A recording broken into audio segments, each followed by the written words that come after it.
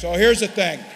I'm going to turn it over to somebody whose accent might be closer to yours, a son of the South, speaking like a Midwesterner, a son of the South, a governor who went, someone who understood small town. And I will say this, as someone who named his daughter Hope, the man from Hope who brought us that, all the changes that make a difference, please join me in welcoming our 42nd president, Bill Clinton.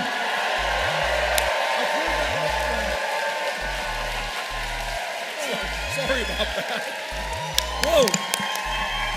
Thank you. Let's give him a hand.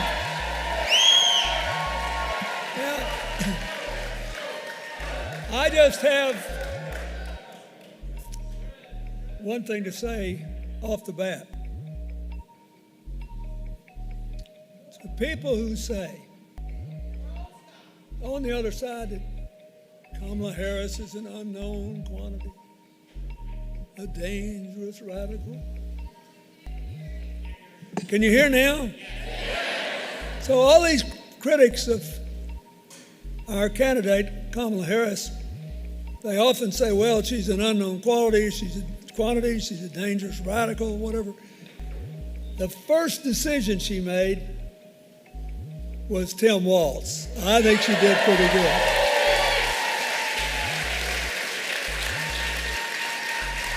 It says a lot about what kind of president she'll be.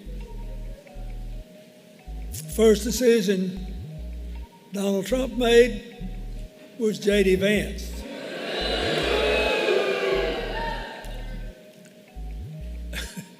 Who now has defied countless courts full of judges, many of whom Trump appointed, to say, no, he didn't lose in 2020. Poor baby, the whole thing was rigged. And he had the gall to say in his debate with Tim that he didn't want to destroy the health care bill with its protections for people with pre-existing conditions. He was just trying to make it more sound. That was a whopper. And there are probably 30% of the people in this audience, maybe more, who have family or certainly friends who would be affected if we got rid of the protection against charging people with pre-existing conditions more. That reason alone should be enough to defeat the Trump ticket in North Carolina and in America.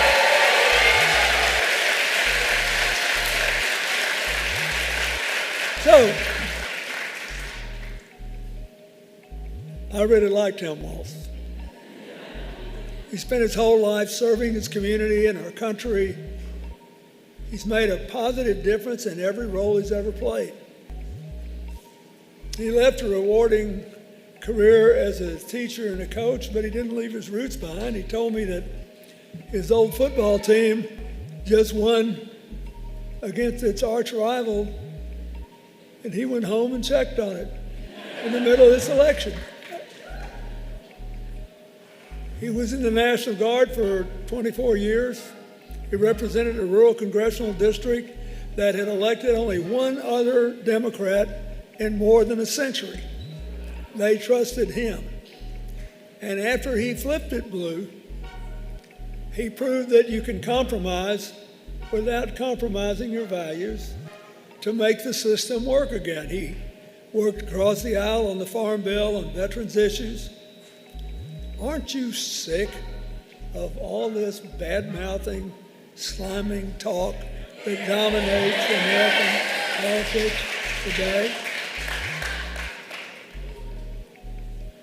He proves it doesn't have to be this way. Look at his record as governor.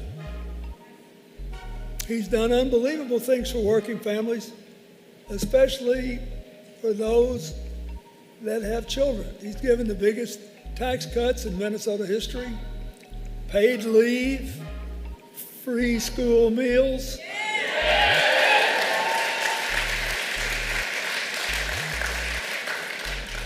and I could have sat here for another hour listening to him talk because he reminds me of home.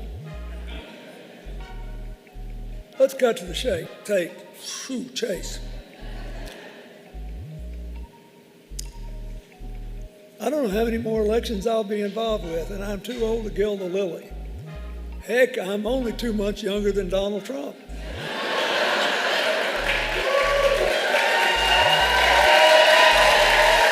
But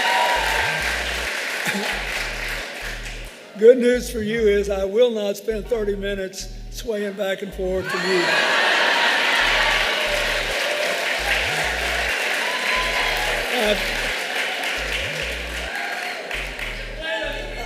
I've played enough music. I will not clap off beat.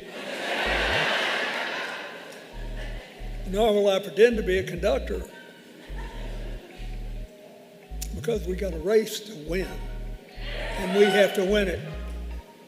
I've been doing this a long, long time, and I can honestly say that this time I am not here running for anything anymore except for my grandchildren's future. Now, you just heard what Tim Walz said. So think about this when I describe what the decision is before North Carolina and the country. A presidential election is just a great job interview for the most important job in the world. And since you do the hiring, you have to decide what the criteria for the job are. And in effect, the American people make that decision every presidential election over and over and over. So how do you decide? What questions will you ask? Here are the questions that I hope you'll ask. Which candidate will take us forward? Which will take us backward? Which will give our children a brighter future or a darker, more uncertain one? Which will make us more united, and which will relish in every new division? Which will make us all feel heard and seen, regardless of who we vote for? And when the election's over, will we all live under the same set of rules? That's a big deal in a democracy. It's not just about who gets the most votes. It's what rules do you play by when it's over. He's got a Supreme Court that virtually said, once you get to be president, you can just make up the rules. And he keeps talking about how he wants to get even and may have to call out the military on our own people. The danger within. I suppose that includes me.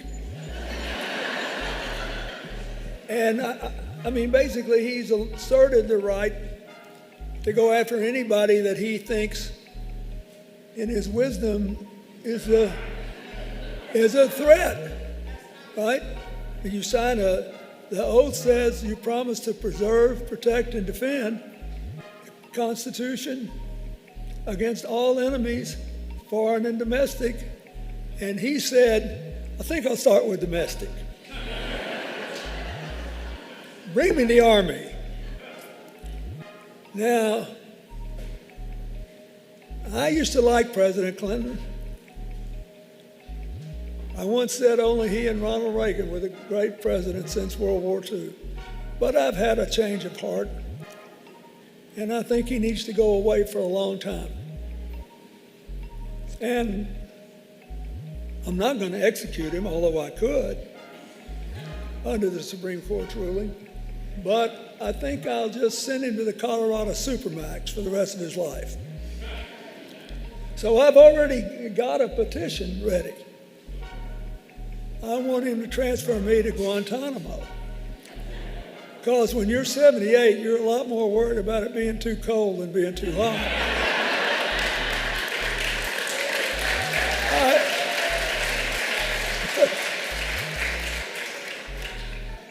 laughing about this, but let me tell you something. Being president is a sacred duty. And the sheer joy I had every day, I'll never be able to repay all of you for. Even the terrible days when they were trying to tear my head off, there was always something good you could do for someone. And the idea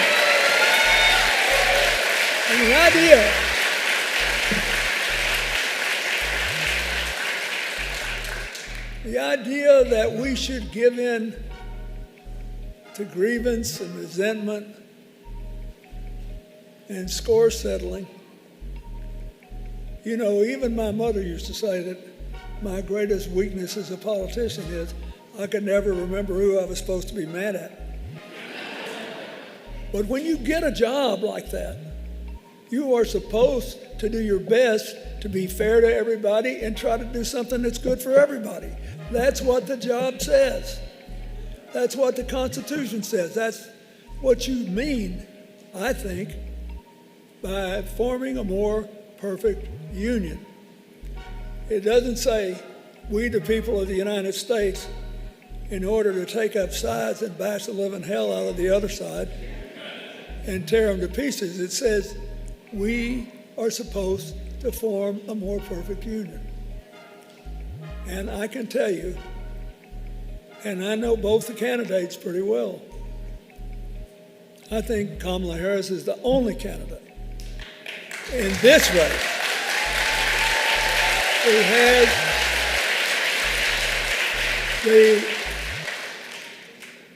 the vision, the experience, the temperament, and yes, the will to do that on good and bad days. One of the things I find most interesting about Donald Trump, which has surprised me as someone who's known him over the years, during times when we had a perfectly cordial relationship and he was nice to me until he decided Hillary should be locked up for her email practices, which his own State Department later said, remember that? That was the biggest issue when she ran. His own State Department later said she sent out exactly 0 confidential emails and received exactly 0. And somehow he was able to make that the biggest issue in 2016. But anyway, he now makes us all listen to his personal grievances and these kind of crazy conspiracy theories. And his buddy Congresswoman Green the other day said that the deep state had now perfected the ability to direct tornadoes and hurricanes, remember? So that instead of what usually happens is that eastern North Carolina is hit, western, more red North Carolina was hit, as if we did that on purpose. And they want people to believe that.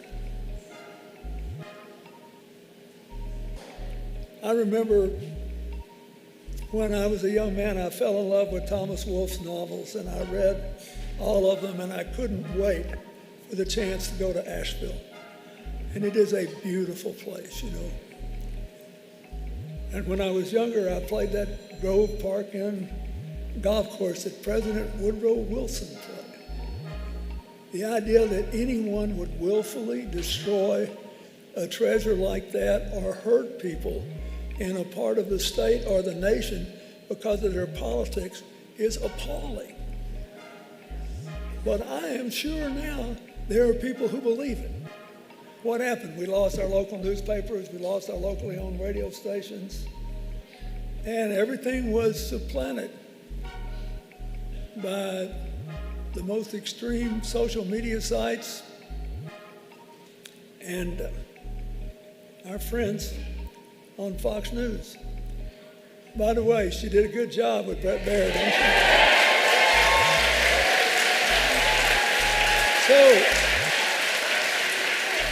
So look, one of the things that bothers me is that when somebody starts grinding on somebody else and saying how bad they are and how awful they are, they never really tell you the full story. Certainly, Mr. Trump doesn't. And he doesn't have any plans. This is the most important thing for you, to actually solve the problems that he moans about. Because solutions and getting along better with your neighbors are bad for his brand. Isn't that right? I mean, you don't have to count the lies, you just count the eyes. Sun came up this morning. I made it happen. It rained yesterday. If I had been president, it never would have happened. It's always about him. One reason I want Kamala.H is it will be about you.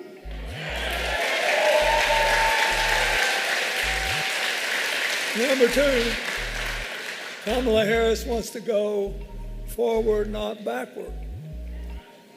She doesn't want to waste any time talking about all this stuff that we can get a lot of laughs about. Look at inflation in the economy. I know a little something about this. I did have that job for 8 years, and we had the longest peacetime expansion in history. We had the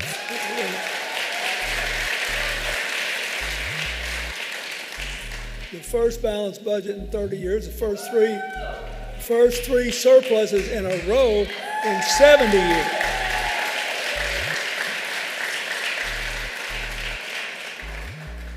I was pretty tight with the dollar. We paid $600 billion down on the national debt.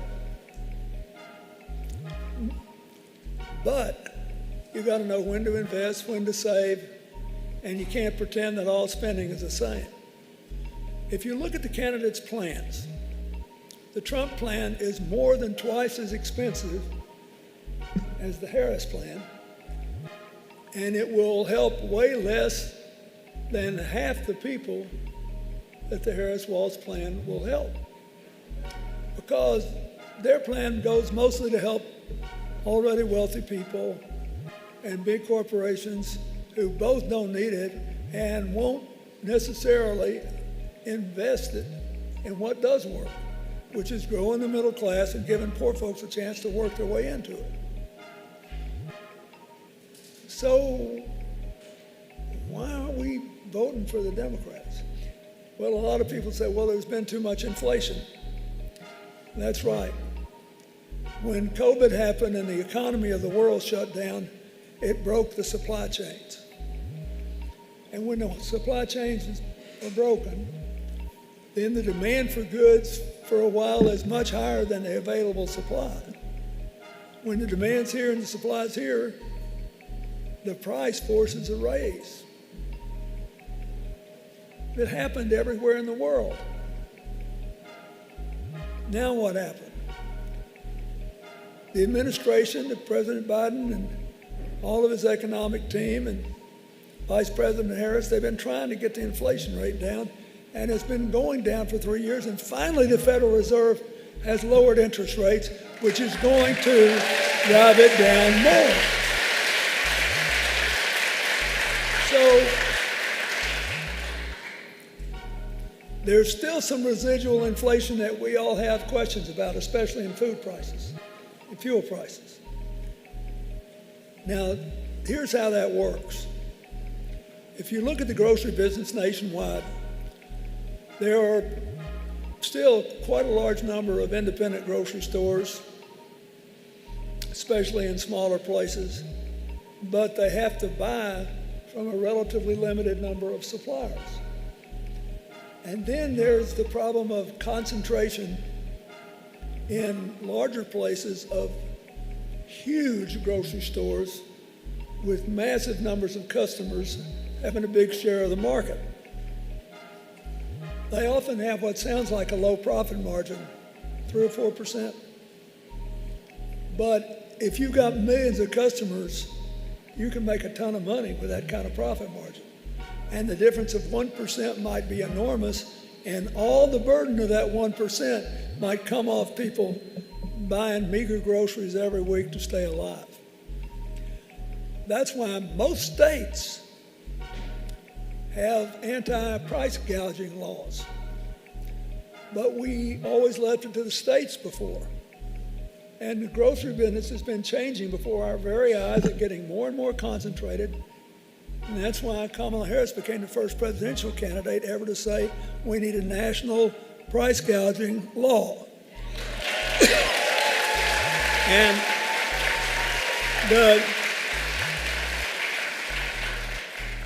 Bob Casey, the senator from Pennsylvania, has already introduced one. You have them in blue states and red.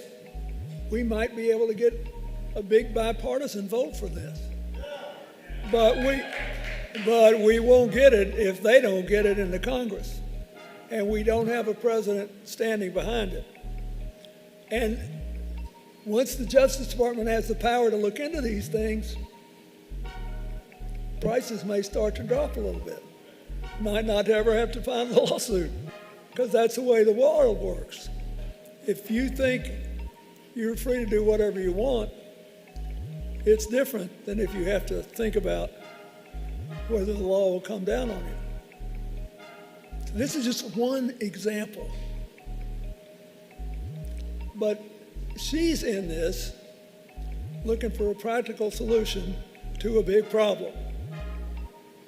For people who are doing their best to run independent grocery stores and people doing their best to find food for their families at reasonable prices at stores of any size. And so I hope you'll think about that. I hope you'll talk to your neighbors about that. We just started this early voting. It's not too late to talk to people. But it's crazy I think, unfair.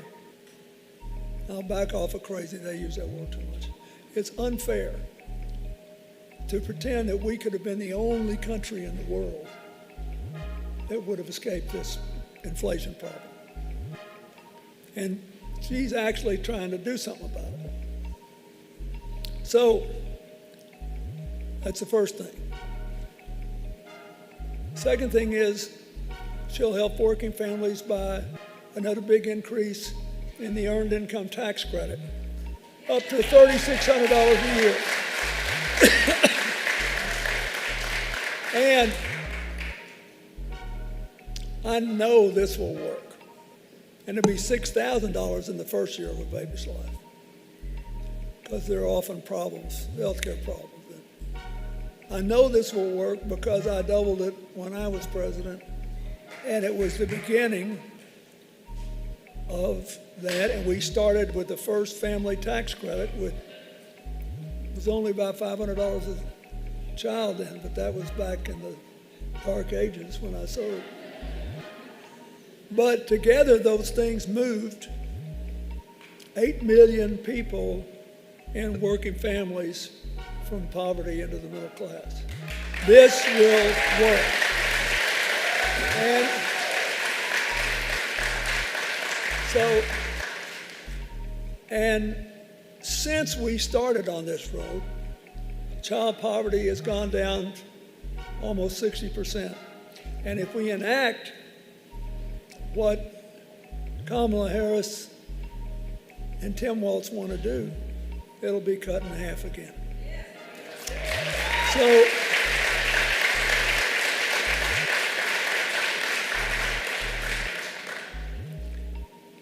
the guys on the other side talk a lot about family values.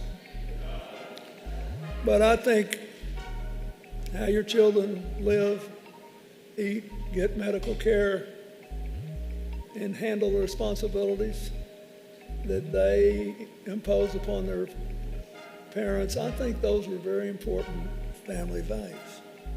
So what does Donald Trump want to do? His economic plan basically amounts to more tax cuts for the ultra wealthy.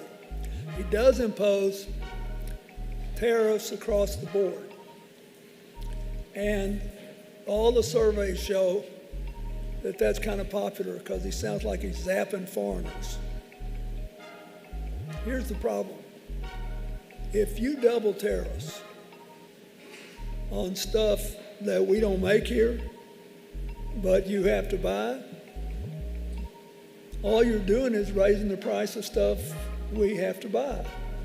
Doesn't create any jobs for anybody. It's not like the CHIPS bill, where President Biden got the support to start manufacturing computer chips in America for national security and economic reasons.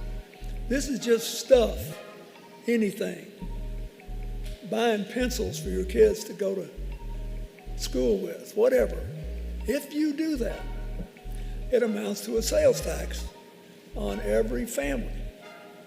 These tariffs will hurt lower and middle income families the most because most Americans spend a larger percentage of their income on goods and services, the very things that we don't produce here, than others.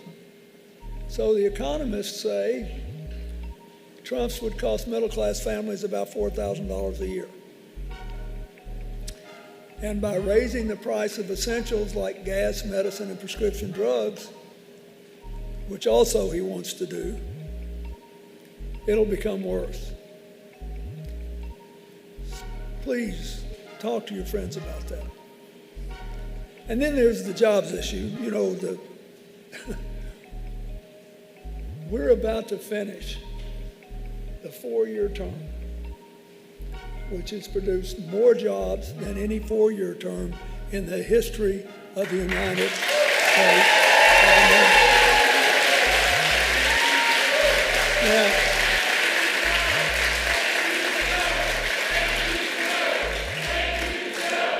and it's kind of rich hearing Trump talk about how bad the economy is under Biden when he's the only president to lose more jobs than were created since the Great Depression. Now, he will complain that's not fair because look at what I had to go through with COVID. But he inherited a booming economy and had the great good luck that most voters didn't feel it yet, because there's often about a 3-year lag between when something good or bad happens and when people feel it. But already before COVID happened, the job growth under Trump was down from President Obama's last 2 years. So he wants you to believe, like I said before, this is about that. A whole different world started when I took office, and boom, everything got great. When in fact, the job growth was going down. So Democrats do know how to create jobs. Since the end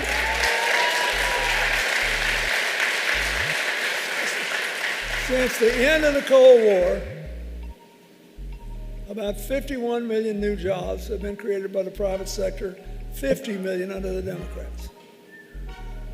Now, if Tim Walz were still out here, he would tell you if you're ahead 50-1, you're winning. So if you vote for Tim Walz and Kamala.H, they'll run up the score even more. And so it's the same thing with health care. As I said, the Republicans, with Donald Trump's support, both before and during the time he was president, voted 60 times to repeal the Affordable Care Act. Now he says he still wants to repeal it, but he will replace it with concepts of a plan. Meanwhile, you got to pay the health care bills. I mean, if I came to you with concepts of a plan, you'd tell me to take a hike. Concepts of a plan mean you're going to lose the protections for pre-existing conditions. You're going to lose much of the freedoms that we have and the options we have, and I don't care what they say, they are coming after the right to choose if they win. So, what's going to happen? The limits on insulin pricing will be gone. the $2,000 limit a year for seniors will be gone. Harris and Walz want to get rid of the age limit and bring those limits down to other people. We know that a lot of these people are selling medicine for astronomically more than it costs them to make it. So, if you want to spend more for less, pay more for prescription drugs, take the safety net away, create a more calamitous world for you and your family, you've got a good choice there. Trump is waiting for you. Now look, don't take all this from me. Oh, he's just being so partisan. Look at his own vice president, members of his cabinet, prominent Republican members of Congress, military leaders, well over 100 people who were in his own administration who will not endorse him because they say Kamala Harris will honor the Constitution and give us a good normal life and build on our strengths, and he will not. So,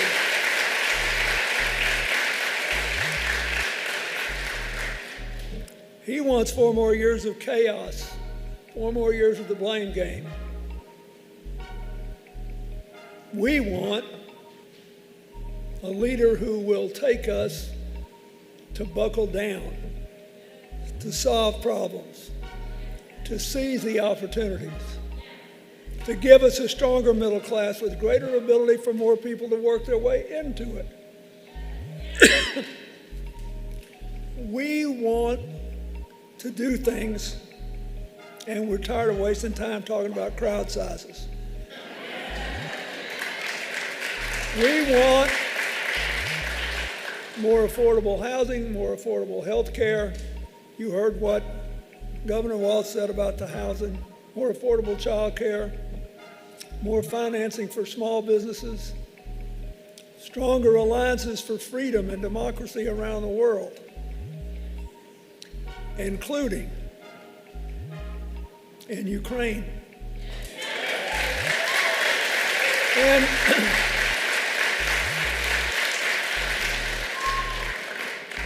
we want peace in the Middle East that secures Israel's future and gives the Palestinians a right to a homeland. Now, that's what we want.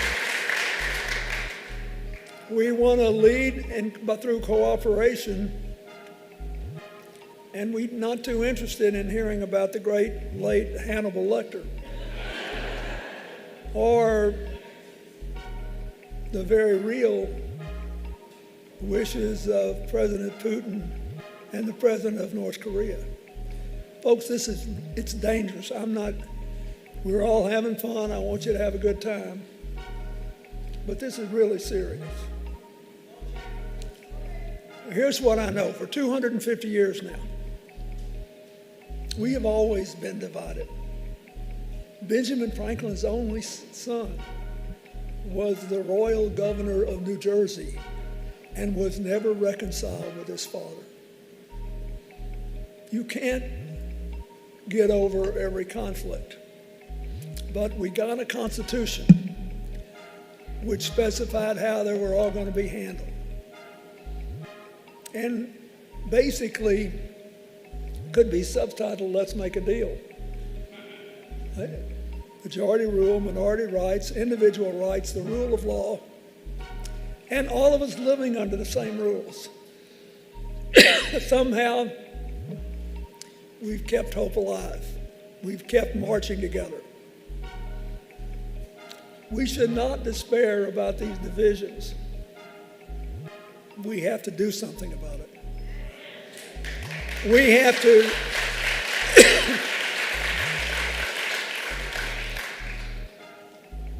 that's the chance we've got again now. We ought to reach out a hand to our neighbors, those that agree with us and those who don't. But we should realize that more than ever before in my lifetime, the fundamental protections of the economy, of the Constitution, majority rule, minority rights, individual rights, the rule of law, same set of rules applying to everybody. Those things are in great danger. And I'm telling you, I think it is an enormous opportunity that we've been given to elect Kamala.H. I think she is clearly up to the job. Tim Walz is clearly up to the job. They will bring us together and move us forward. Will everything be perfect overnight? Will everything be hunky-dory? Will you agree with everything they do? No. This is the real world. But you seldom get a chance to do as much good for as many people with one decision. So go out there and win this, because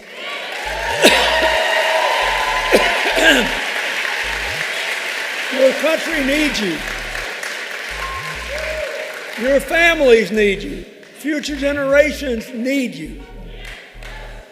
So, starting today, all those people to one-stop early vote. And take advantage of the chance to vote early. And then spend the rest of the time all the way to Election Day taking other people to the polls. This election,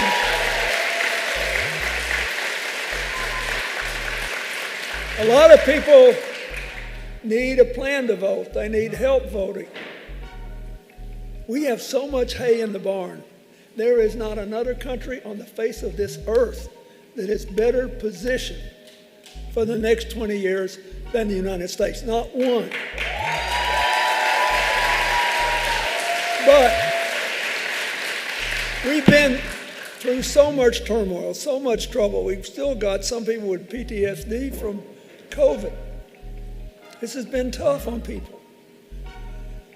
You've got to take a deep breath and push this thing over the finish line. I'm telling you, you can do it. So, thank you. On behalf of my grandchildren and yours, if you have them, there's a lot on the line. So far, for more than 250 years, everybody that's bet against America has lost money.